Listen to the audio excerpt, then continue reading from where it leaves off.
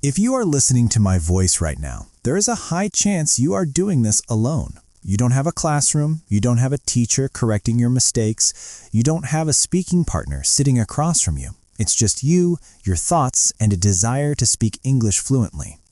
Most people will tell you that this is a disadvantage. They will tell you that you cannot become fluent by yourself.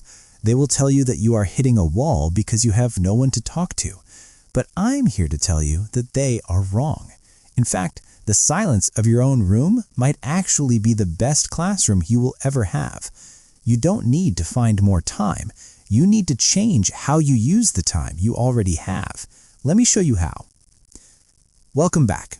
Today, we are going to completely change the way you look at English practice. I want you to think about your current routine. For most self-learners, it looks something like this. You finish your work or your chores, you look at the clock and say, okay, now it is time to study. You sit down at a desk, maybe you put on headphones, you open an app or you open a textbook, and you tell your brain, focus, it is time to work. This sounds very responsible. It sounds like the right thing to do. But this specific moment, the moment you tell yourself, now I am studying, is actually where the first problem begins. Why? Because when you label something as study, your brain immediately prepares for effort. It prepares for work. It prepares for the fear of making mistakes.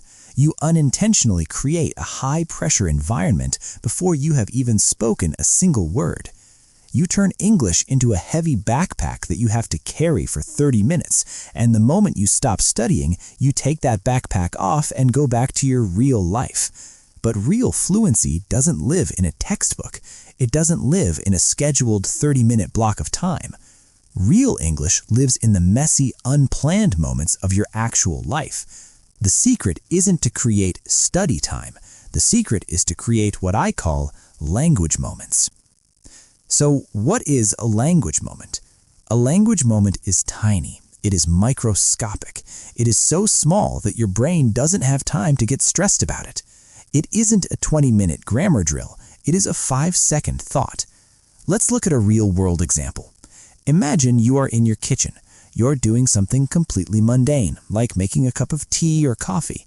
Usually, your mind is blank, or you're worrying about your day. Instead of studying later, you are going to practice right now. But you aren't going to open a book, you're simply going to narrate your reality. Inside your head, very calmly, you say, I am making tea. The water is boiling. I am waiting. That's it. You don't need to analyze the grammar. You don't need to ask, is this the present continuous tense? You just let the thought exist. This is the absolute foundation of how to think in English. Many people search for complicated videos on that topic, but the reality is this simple. You take the physical action you are doing and you attach the English words immediately. You don't repeat it 10 times like a parrot. You don't stress about it. You just say it once internally and you move on. Why does this work? Because you are removing the resistance. When you sit down to study, your brain puts up a wall. But when you are just making tea, your guard is down. By sliding English into these quiet moments, you are telling your brain that English isn't a subject you learn at school. English is just a part of how you exist in the world. Part 2. Cutting out the middleman. Now let's go deeper into this mental narrative. There is a trap here that we need to avoid. Let's say you pick up your phone. You are about to check your messages. The trap is this. Your natural brain wants to think the sentence in your native language first, and then translate it. Native language, translation, English. This middle step, the translation, is the middleman, and the middleman is slow. The middleman is expensive. The middleman makes you stutter and pause because you're constantly checking if the translation is perfect. We need to fire the middleman. We need to cut him out. When you look at your phone, do not let your native language enter the chat. Go directly to the English thought. I am checking my phone. I am looking for a message. If you don't know the specific word for something, that is okay. Don't run to the dictionary immediately. Don't stop the flow. Just use a simpler word. If you forget the word scroll, just think, I am moving the screen. The goal here isn't poetic perfection. The goal is immediacy. We want to wire your brain to connect the action, looking at the phone, directly to the English words, without stopping at your native language station along the way. This is how you stop translating in your head and start actually living in the language. Part 3. The system of invisible speaking. Now, let's talk about the biggest fear, speaking. I hear this constantly. I can understand English perfectly, but when I try to speak, I freeze. My throat gets tight. The words disappear. This is not a vocabulary problem. This is a physiological anxiety problem. Your body is reacting to speaking English the same way it reacts to a physical threat. It goes into fight or flight mode because you feel exposed. When you speak out loud, you are announcing your mistakes to the world. So how do we fix this if you are alone? We use a technique I call invisible speaking. This is going to sound strange at first, but stick with me. It is incredibly powerful. Invisible speaking means you move your mouth, you use your tongue, your lips, and your jaw to form the English words, but you make absolutely no sound, or perhaps just a tiny whisper that only you can hear. You are walking down the street or sitting on a bus. You look around, you physically form the words, "The bus is late today.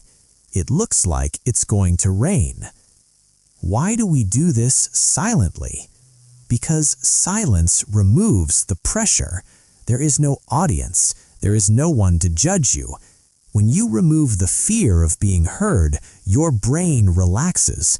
And when your brain relaxes, you regain access to all those words you thought you forgot. But here's the crucial part. You must move your mouth. Thinking is not enough. Speaking is a physical act. It requires muscle memory. Your tongue needs to know where to go to make the sound. Your jaw needs to open for the vowels. If you only think in your head, your mouth remains untrained. Invisible speaking is the bridge. It creates a safe space where you can train the muscles of your face to speak English without the terror of performing for an audience. You are easing into the language. You aren't jumping into the deep end of the pool. You're just dipping your toes in the water until it feels normal. Part 4. The One Idea Day. Most students try to learn too much too fast. They try to memorize lists of 50 vocabulary words in one day. They try to learn 3 different grammar tenses in one afternoon. This is what we call wide learning. It is shallow. It creates a crowded mind. You have a lot of information floating around, but you can't use any of it because it's all surface level. I want you to try a different system. I want you to try the One Idea Day. Instead of trying to conquer the whole language, pick one human experience for the day. Just one.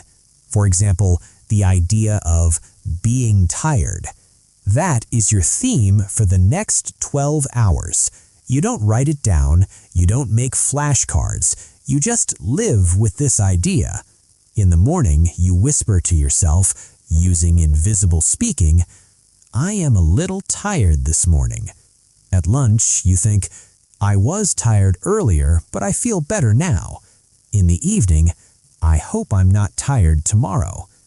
Do you see what is happening here? You are circling around one single concept.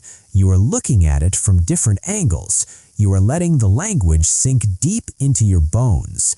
This builds something more important than vocabulary. It builds stability. It makes you feel grounded. When you know you only have to focus on one concept, the anxiety disappears. You aren't chasing the language. You are letting the language walk beside you all day long. Part 5. Overcoming the fear of silence. We have been trained since we were children, in school, by teachers, that every question needs an immediate answer. Teacher asks, student answers. If the student stays silent, it means they failed. We carry this trauma into our adult English learning. When we try to think of a sentence and it doesn't come immediately, we panic. We think, oh no, I'm failing. I don't know the word. But in the real world, silence is not failure. Silence is just silence. When you practice alone, I want you to become comfortable with not knowing the answer immediately. Ask yourself a question in English. Why do I feel happy right now? If the answer doesn't come instantly, do not panic. Do not rush back to your native language. Do not force it. Just sit with the question. Let the question hang in the air of your mind. By staying in that silence and staying in English while you wait, you are retraining your brain.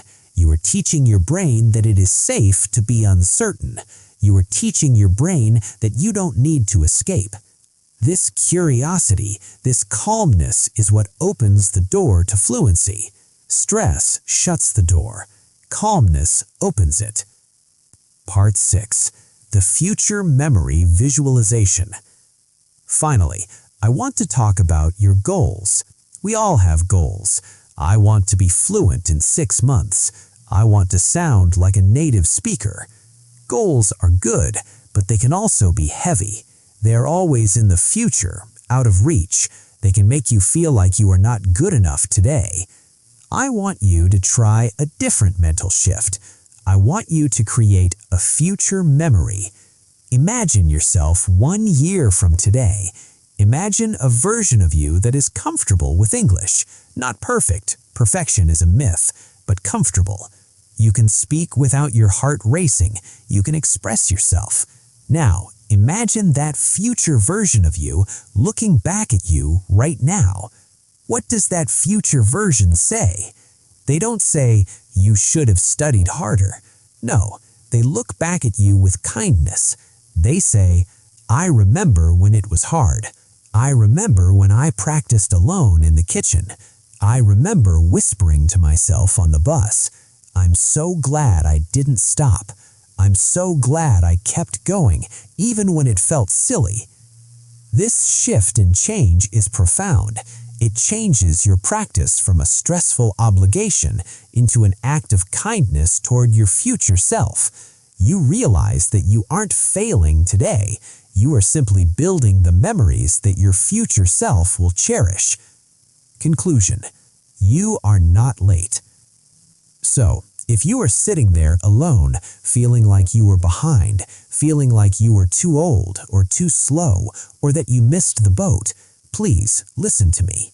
You are not late. You are not doing this wrong. Learning English alone in the quiet moments of your day is not a second-best way to learn English. It is a powerful, personal, and deep way to learn. It allows you to connect the language to your real life, not just a textbook page. Take it one step at a time. Use your language moments. Speak invisibly. Focus on one idea, and be kind to yourself. If you enjoyed this new perspective on learning, please hit that like button. It really helps the video reach other learners just like you. And make sure to subscribe to English Glow for more deep dives into how to master English with confidence and calm. I'll see you in the next video. Keep glowing.